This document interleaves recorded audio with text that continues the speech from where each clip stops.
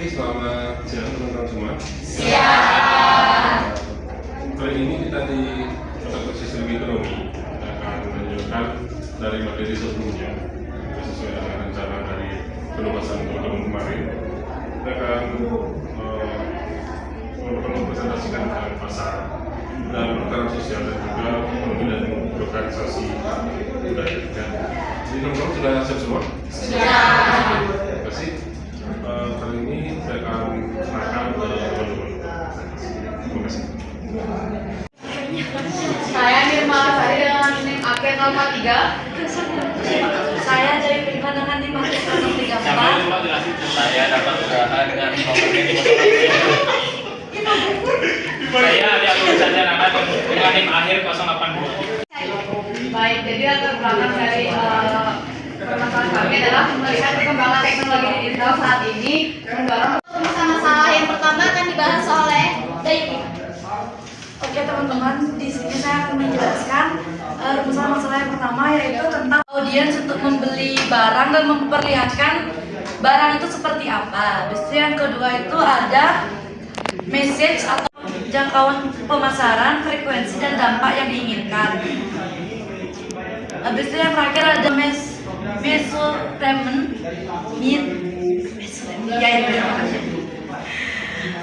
tolak ukur berhasil atau tidaknya influencer ini atau bintang iklan ini mempromosikan barang yang diiklankan. Next, di sini kita ada contoh dari makanan ringan atau es krim Magnum klasik, yang dimana es krim ini meskipun proteinnya sebagainya dan juga harganya lumayan ya teman-teman ya, kalau kita beli di supermarket sekitar 10.000 sampai 20.000, 26.000, 10.000, 26.000, akan ada Magnum ini yang kotaan tuh sampai 30 atau 40-an gitu. Ya kan 36 itu ya teman-teman ya. Udah itu aja sih penjelasan yang dapat saya sampaikan. Mungkin saya akan Untuk masalah yang kedua itu akan dibahas oleh Adelia. Oke, jadi teman-teman tadi kan udah dibahas soal iklannya. Sekarang kita bahas ke orang yang mengiklankan. Oke, jadi di era yang serba modern sekarang, iklan itu nggak cuma bisa kita lihat di televisi, tapi kita juga bisa lihat itu dapat beli barang-barang yang dia jual, yang dia promosikan. Sehingga nggak sedikit dari barang-barang yang dia promosikan itu citranya itu makin meningkat, makin menaik lagi, sehingga orang-orang tuh kayak, oh my god, Tasya Farasya pakai lipstick model ini, jadi aku harus beli ini supaya aku bisa kelihatan sekaya Tasya Farasya gitu. Nah itu dia udah bisa meningkatkan bukan hanya Contoh elemen visual itu seperti iklan close up, itu wajah bahagia dengan gerakan slow motion itu saat menikmati produk, kemudian musiknya dan narasi yang menonjolkan keberhasilan personal. Semuanya itu dirancang untuk menegosiasikan merek tersebut, seperti halnya rasa puas yang instan. Kemudian dengan framing seperti itu, kebutuhan nyata misalnya kesehatan, kesejahteraan sosial atau solidaritas tergeser oleh rasanya kebutuhan yang tidak nyata atau false needs. Kemudian iklan itu diciptakan untuk memenuhi keinginan yang tampil secara sempurna. Kesadaran palsu dalam masyarakat di mana individu menginternalisasi nilai-nilai kapitalisme sebagai suatu alamiah dan mutlak. Sosial untuk menyesuaikan diri dengan standar yang diciptakan media, seperti memiliki kulit putih, tubuh langsing atau barang-barang mewah. Iklan itu bukan hanya sebagai alat promosi, tapi juga sebagai pembentuk gaya hidup yang konsumtif.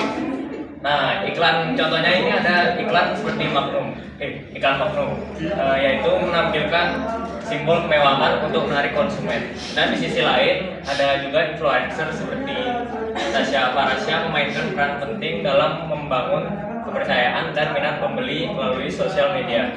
Nah, sini udah nanya, cuman mau nambahin tentang Tasya Farasya ini. Mungkin yang paling ikonik itu dari Tasya Farasya adalah Tasya Farasya Pro.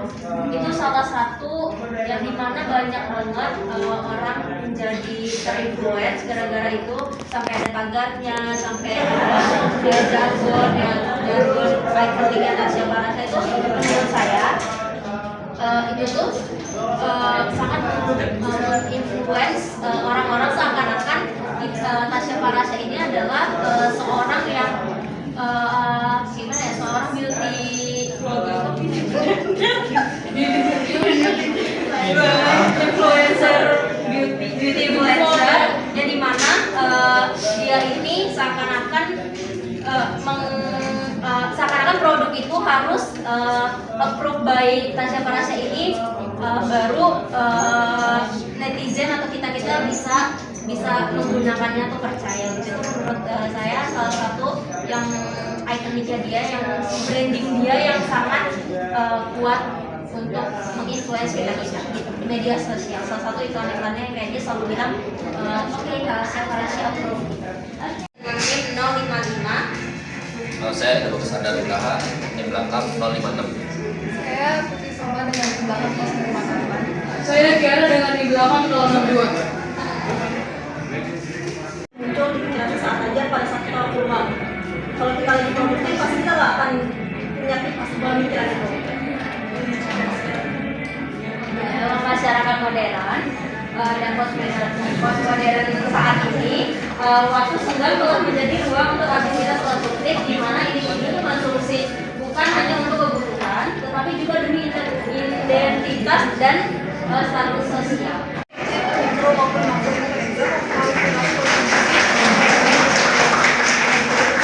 Dengan cara yang berbeda, namun sama-sama efektif dan dalam menciptakan tren dan membangun citra gaya hidup yang menarik. Strategi influencer marketing terbukti ampuh menarik konsumen dengan memanfaatkan kedekatan emosional yang dirasakan pengikutnya. Hubungan parasosial yang antara pengikut dan influencer, di mana konsumsi di waktu luang yang dipicu oleh media sosial dan influencer ini berdampak signifikan terhadap individu maupun masyarakat. Dari sisi ekonomi, banyak orang jadi mau belanja berlebihan dan terlibat dalam gaya hidup yang tidak sesuai kemampuan mereka. Secara psikologis juga ada dampaknya, di mana muncul rasa minder dan tekanan untuk tampil sempurna yang seperti ada di media sosial. Yang dikemas seolah-olah itu adalah kejadian nyata yang dialami oleh influencer tersebut. Disinilah pentingnya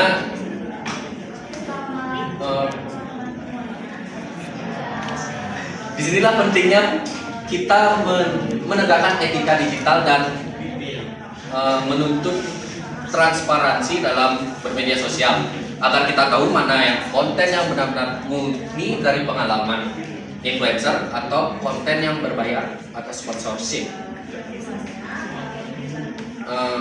Selanjutnya, literasi media dan kemampuan berpikir kritis menjadi bekal penting untuk menghadapi ilusi konsumtif ini.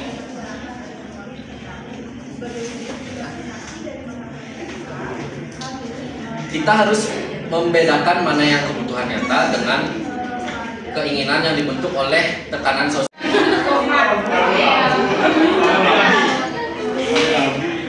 Sudah pokoknya.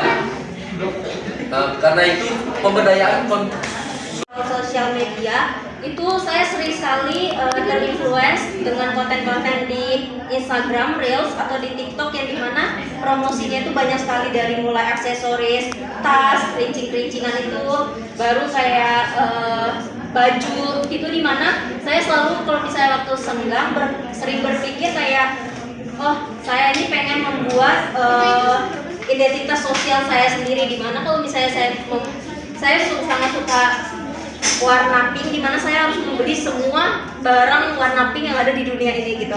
Dalam waktu senggang itu saya selalu berpikir seperti itu, apa beli baju ya warna pink, apa beli tas ya warna pink. Akhirnya aku beli beneran warna pink, tumbler warna pink, tas warna pink. Jadi itu benar-benar saya terinfluence, di mana orang-orang di TikTok itu atau selebgram TikTok, seleb TikTok dan seleb Instagram, di mana itu mereka mempunyai brandingnya sendiri, di mana mereka itu ikonik dengan misalnya seperti oh dia ini yang sering pakai baju warna oranye itu kan, oh dia ini yang suka make heels, atau dia ini seseorang yang suka makan ini kan. Jadi mereka tuh mempunyai identitas sosialnya. Jadi saya tuh sering di dalam waktu senggang ingin menjadi mereka, influencer sosial, media sosial dan influencer yang menciptakan realitasme atau hyperreality yang mendorong konsumsi individu dan citra sosial. Hal ini menimbulkan hedonis dan tekanan sosial, merusak makna waktu senggang sebagai ruang refleksi. Karena itu diperlukan adanya literasi digital dan sikap kritis agar masyarakat mampu memilah konten mana saja yang untuk menolak konsumsi berlebihan demi mengabaikan makna alternatif dari waktu luang itu sendiri. Topik yang bakal kita angkat pada presentasi kali ini yaitu sosiologi ekonomi pasar dan pertukaran sosial. Nah teman-teman, di sini kita mengupas tuntas bagaimana sosiologi ekonomi itu memberikan lensa unik tentang pasar dan juga pertukaran sosial, di mana angka dan juga transaksi, tapi ada hubungan struktur yang melatar belakangi keputusan individu atau kolektif untuk melakukan kegiatan tersebut, kegiatan ekonomi dalam kehidupan sehari-hari. Untuk lebih dalam lagi, bakal kita jelasin di slide berikutnya. Nah, sebelum itu teman-teman, kita akan memperkenalkan diri. Kita ada 6 orang, tapi 3 orangnya tuh lagi sakit dan hanya hadir 3 orang aja. Dengan saya Angelina Panjaitan, tim 027. Saya Sarifka Karamani, tim 084. Saya Selena Manda Kurniawan dengan tim belakang 052. Oke, next slide. Nah teman-teman, di sini kita kebetulan sosiologi pada matkul sosiologi ekonomi juga.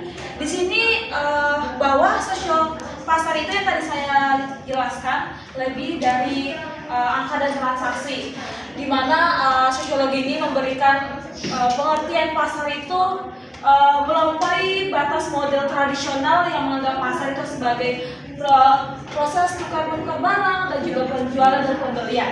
Itu tertarik untuk membeli atau menjual barang tersebut itu karena ada relasi atau juga reputasi dari teman-teman kita, baik dari mulut ke mulut dan juga tadi influencer yang sudah dijelasin di presentasi sebelumnya. Dan yang kedua adalah pasar itu perantara, di mana perantara ini seperti agen, maklar, atau platform lainnya. Seperti yang di mana agen itu kan bukan hanya melakukan interaksi antara si pembeli dan juga si penjual, tetapi juga dia itu membentuk ikatan yang lebih besar lagi di pasar tersebut. Bisa sederhana itu pertukaran barang secara langsung dan jasa tanpa uang. Terus yang ketiga ada pasar modern, itu ditandai dengan globalisasi dan juga digitalisasi yang mengatur pertukaran. Next. Yang selanjutnya itu ada pada kepercayaan. Yang pertama itu ada kepercayaan sistemik, itu keyakinan kita pada sistem hukum dan juga institusi yang mengatur pasar. Yang kedua itu ada kepercayaan itu nominalnya mencapai ratusan juta hingga miliaran, sementara pekerja buruhnya itu kayak cuma 10% atau 20% dari yang mereka sebenarnya hasilkan.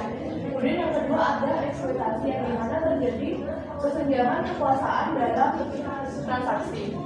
Di sini sekali eksploitasi itu terjadi antara si pemilik modal dengan buruh, karena si pemilik modal ini kan pihak yang kuat, sementara buruh atau pekerjanya itu pihak yang lebih lemah lah. Jadi dia udah percaya dengan melihat apa yang dikontenin, proses produksi yang dikontenin. Kemudian yang ketiga ada etika korporat, yang dimana etika korporat itu mendorong perusahaan untuk mengejar untung, tetapi dia juga bertanggung jawab secara sosial, misalnya peduli terhadap lingkungan, peduli terhadap hak pekerja, dan juga kejujuran dalam pemasaran. Itu arena untuk bertukar informasi juga bisa, terus interaksi sosial yang tadi. Terus yang kedua adalah jaringan, di mana tuh seperti relasi, reputasi itu juga sebagai icon yaitu membentuk transaksi dan juga nilai. Ini bisa nilai barang atau juga nilai si individu tersebut. Yang ketiga adalah norma, di mana ada aturan formal yang tertulis dan juga aturan informal yang tidak tertulis itu yang bakal memandu perilaku si aktor tersebut. Yang keempat adalah yaitu dampak, di mana pasar itu memiliki konsekuensi sosial yang mendalam, di mana konsekuensinya itu berasal dari ketika si aktor tersebut melanggar peraturan atau aturan yang sudah ada pada pasar tersebut. Nah, teman-teman, itulah yang bisa kita sampaikan mengenai pasar dan pertukaran sosial. Sekali lagi saya lebih tekani bahwa pasar itu bukan hanya sebagai jual beli atau juga sebagai transaksi uang, tapi jauh lebih dari situ. Adanya hubungan dan relasi yang lebih besar lagi dalam membangun identitas. Ya, di sini kami langsung mengambil dua contoh, yaitu film Hollywood dan McDonald's. Dari kelompok kami, perkenalkan saya Hasuna Abel dengan NIM belakang 032. Saya Komelia dengan NIM 064. Saya di kursi antara dengan NIM belakang 064. Saya Teguh dengan NIM belakang 09. Kita mulai dari pendahuluan dulu. Di sini saya jelaskan tentang globalisasi, juga praktik budaya di berbagai belahan dunia. Dalam ranah budaya, globalisasi seringkali ditandai oleh dominasi budaya barat yang diwakili oleh simbol-simbol seperti industri film Hollywood dan jaringan makanan cepat saji seperti McDonald's. Kedua entitas itu telah menjadi representasi kekuatan lunak atau soft power Amerika Serikat yang menyebarkan ideologi, gaya hidup, dan selera konsumen ke seluruh dunia. Namun, globalisasi ini bukanlah proses satu arah. Dalam konteks penerimaan budaya asing, masyarakat lokal tidak selalu menjadi konsumen pasar. Hollywood merupakan salah satu sektor budaya yang paling sukses secara global. Film-film produksi Hollywood tidak hanya menghibur tetapi juga membawa narasi dan simbol budaya Amerika ke panggung global. Tema-tema seperti kebebasan individu, keberanian, demokrasi, dan kapitalisme menjadi nilai-nilai yang secara halus ditanamkan kepada penonton di berbagai negara. Hal ini menjadikan film Hollywood sebagai alat ideologis yang memperkuat hegemoni budaya Barat. Sebagai contoh, film superhero seperti Marvel Cinematic Universe telah menjadi fenomena global. Karakter seperti Iron Man, Captain America, dan Spider-Man kini dikenal di seluruh dunia dan menjadi panutan generasi muda. Juga menjadi contoh menarik dari proses globalisasi di berbagai negara. McDonald menyesuaikan menunya dengan selera lokal. Di India, McDonald tidak menyajikan daging sapi dan diperkenalkan menu seperti McDonald Tiki Burger. Di Indonesia tersedia menu nasi, ayam, sambal, dan teh botol. Strategi ini menunjukkan bahwa meskipun McDonald adalah brand global, dia tetap mempertimbangkan budaya dan preferensi lokal untuk meraih keberhasilan di pasar internasional. Mempengaruhi ekonomi, tapi juga untuk membentuk pola pikir dan gaya hidup masyarakat global. Meskipun keduanya menjadi simbol dominasi budaya Barat, namun kehadirannya tidak bersifat politik. Proses globalisasi memungkinkan masyarakat lokal untuk menyesuaikan.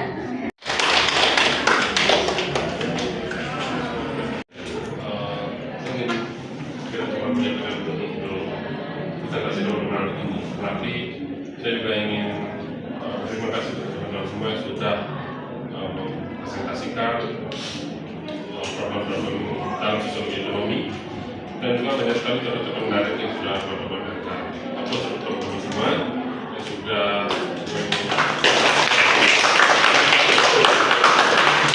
bahwasannya ya sosiologi ekonomi bukan cuma kita mempelajari tentang sisi sosial dari ekonomi itu sendiri, tapi bagaimana kita bisa melihat dalam sisi sosial ini ada banyak sekali potensi ekonomi yang bisa memberikan keuntungan terkait bagaimana orang-orang seperti influencer yang bisa dikatakan mereka yang menjadi istilah Indonesia pengaruh mereka adalah orang-orang yang bisa memanfaatkan modal sosial mereka di media sosial. Nah, kalau akhirnya mereka bisa mempengaruhi bagaimana pabrik itu, pabrik ataupun bahkan pasar yang tertib bisa berbentuk besar. Bukan lagi bagaimana pasar itu hanya relasi antara penjual dan pembeli, tapi ada pihak ketiga dalam bentuk influencer, atau bahkan kalian sendiri bisa menjadi influencer, tapi afiliator, orang yang akan menjadi afiliasi dari produk-produk yang akan kalian sosialisasikan. Dan akan memberikan testimoni tentang produk itu tanpa harus kalian punya produknya. Dulu pernah ada yang namanya reseller, ya, mereka bisa menjual barang, mereka menstocking barang jualan mereka. Dan itu bagaimana nanti akan semakin berkembang. Dan mengharuskan dari pada bagian sosial teknologi, khususnya di sisi teknologinya, bagaimana dari perkembangan teknologi bukan lagi cuma memberikan dampak terkait fitur dalam teknologi untuk pertumbuhan dari itu sendiri, atau pertumbuhan dari manusia itu sendiri. Tapi dalam sisi ekonomi, ternyata pertumbuhan ekonomi bisa kebutuhan yang dulunya mungkin tidak ada, tapi pada akhirnya ini menjadi sebuah keinginan, mulai ada ya simbolisasi dalam kebutuhan itu sendiri, dan bagaimana simbolisasi itu akan berbentuk dari visual-visual yang pada akhirnya kalian lihat. Apakah menurut kalian benar atau hanya sekedar FOMO semata? Sekiranya akan menjadi untuk perkembangan sosial dunia ini.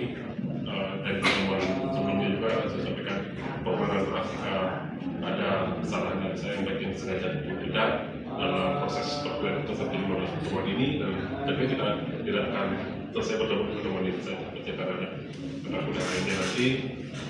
Dan untuk ujian akhir semester nanti akan diadakan secara tertulis di kelas sesuai dengan jadwal. Materi tidak akan jauh dari ya, apa yang sudah kalian presentasikan. Berdasarkan saja dari referensi-referensi yang sudah diberikan materi perkuliahan, dan juga situasi nanti akan lebih banyak saya harapkan adalah argumentasi kalian, bukan cuma ya apa yang bisa kalian lihat atau bisa kalian dapatkan dari referensi dari buku ataupun ChatGPT. Karena meskipun saya memberikan peluang bagi kalian untuk open book dan bisa buka handphone, tapi kembali lagi yang saya tekankan adalah bagaimana ya, kemampuan kalian merasakan berdasarkan kemampuan menulis kalian. Itu akan membantu kalian dalam penyusunan tugas akhir nanti. Ada mungkin ada pertanyaan atau tanggapan sebelum akhir kelas ini? Ya, jika tidak ada, kiranya bisa kita akhiri dan terima kasih atas.